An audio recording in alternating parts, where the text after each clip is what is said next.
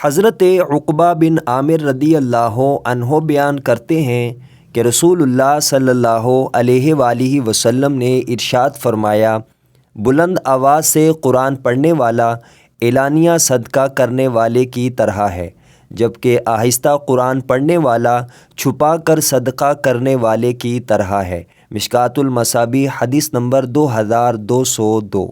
حضرت جابر رضی اللہ عنہ بیان کرتے ہیں کہ رسول اللہ صلی اللہ علیہ وآلہ وسلم ہمارے پاس تشریف لائے تو ہم قرآن پڑھ رہے تھے اور ہم میں اعرابی اور عجمی بھی تھے۔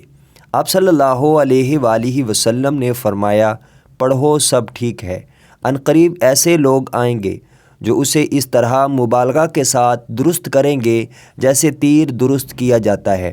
وہ دنیا میں ہی جزا چاہیں گے اور اسے آخرت تک مؤخر نہیں کریں گے، یعنی وہ طلب دنیا کے لیے پڑھیں گے۔